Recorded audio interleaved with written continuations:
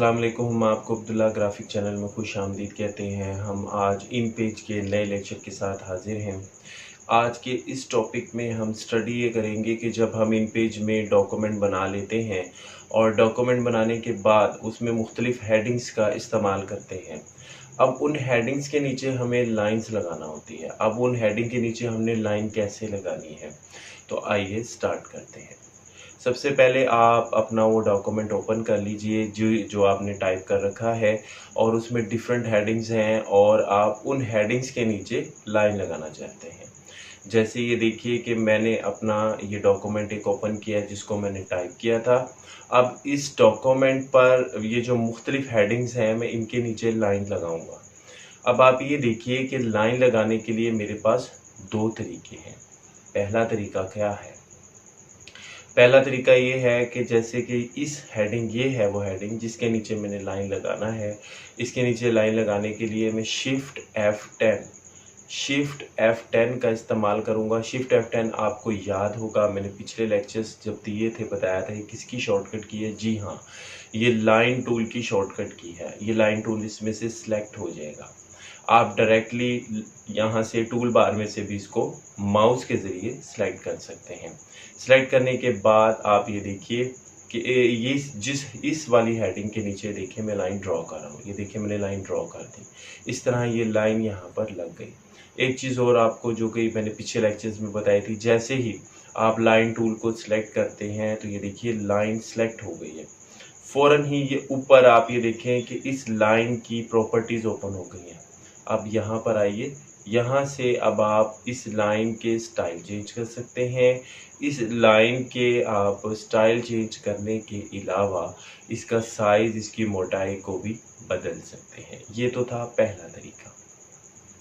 इसका एक और तरीका भी है। वो तरीका क्या है? सबसे पहले उन करैक्टर्स, उन अल्फाज को सिलेक्ट कर लीजिए जिसके नीचे आपने लाइन लगानी है।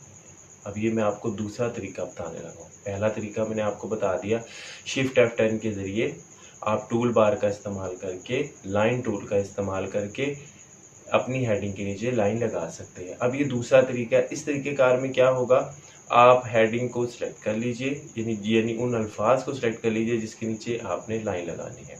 उसके बाद यहाँ पर ये डिफरेंट मेनू बार में आप ये देखिए फॉर्मेट मेनू है। फॉर्मेट मेनू में ये बॉर्डर की कमांड को आपने सेलेक्ट करना है। जैसे ही आप बॉर्डर की कमांड को सिलेक्ट करेंगे, ये देखिए एक छोटा सा बॉक्स आपके सामने ओपन हो जाएगा। इस बॉक्स में दो ऑप्शन है, एक लिखा हुआ अबव, एक लिखा है बिलो। अबव का मतलब होता है ऊपर और बिलो का मतलब होता है नीचे। ये बात को जाहिर करता है कि आया कि आपने लाइन ऊपर लगानी है, यानी जो आपने करैक्टर सेलेक्ट किए हैं, अल्फाज सेलेक्ट किए हैं, इनके ऊपर लगाना चाहते हैं या लाइन को इन अल्फाज के नीचे लगाना चाहते हैं। तो अब हम नीचे लगाना चाहते हैं तो हम यहाँ से बिलो को सिलेक्ट करेंगे। अब बिल्कुल आप ये देखिए डाउन एरो यहाँ पर है। इस डाउन एरो पे जैसे ही आप क्लिक करेंगे तो आपके पास तीन ऑप्शंस अवेलेबल हैं। एक यहाँ पर नॉन है, एक इंडेंट्स है और एक टेक्स्ट है।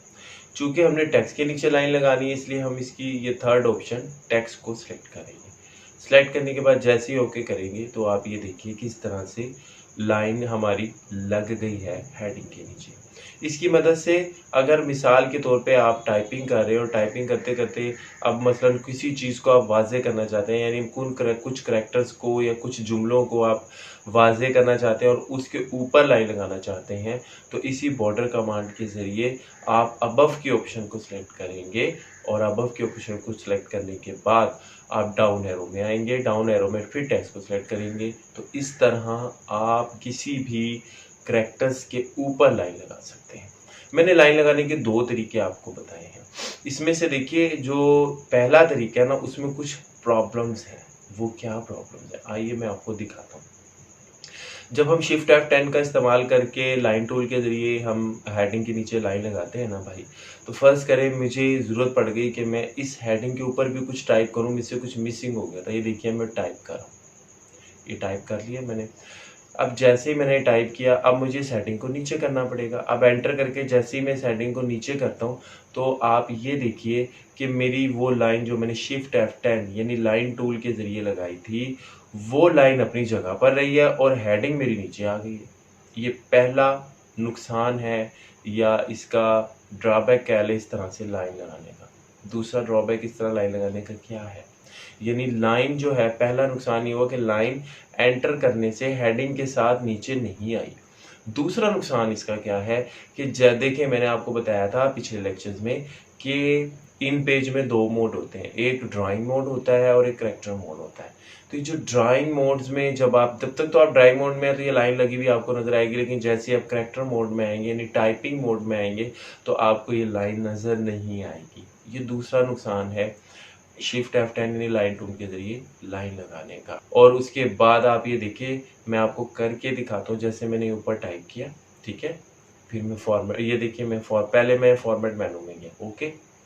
फॉर्मेट मेनू में जाने के बाद बॉर्डर कमांड के जरिए देखिए मैंने इस हेडिंग के नीचे लाइन लगा दी, लग गई। अब मैं इस हेडिंग के ऊपर कुछ टाइप करता हूँ, टाइप करने के बाद वो हेडिंग जिसके नीचे मैंने लाइन लगाई थी एंटर करके उस हेडिंग को मैं नीचे लाता हूँ।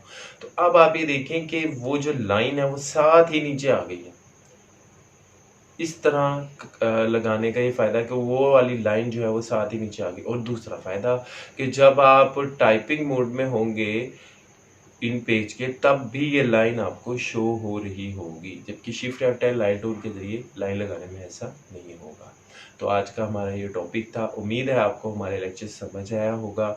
मैं आपसे गुजारिश करूंगा अगर आप इन पेज को उर्दू ज़बान में सीखना चाहते हैं तो हमारा इस लेक्चर के अलावा पिछले लेक्चर्स भी देखिए, उसमें हमने बहुत सारी चीज़ों को एक्सप्लेन किया, आपको काफ़ी सारी मालूमात इन पेज से मुतालिक मिलेंगी।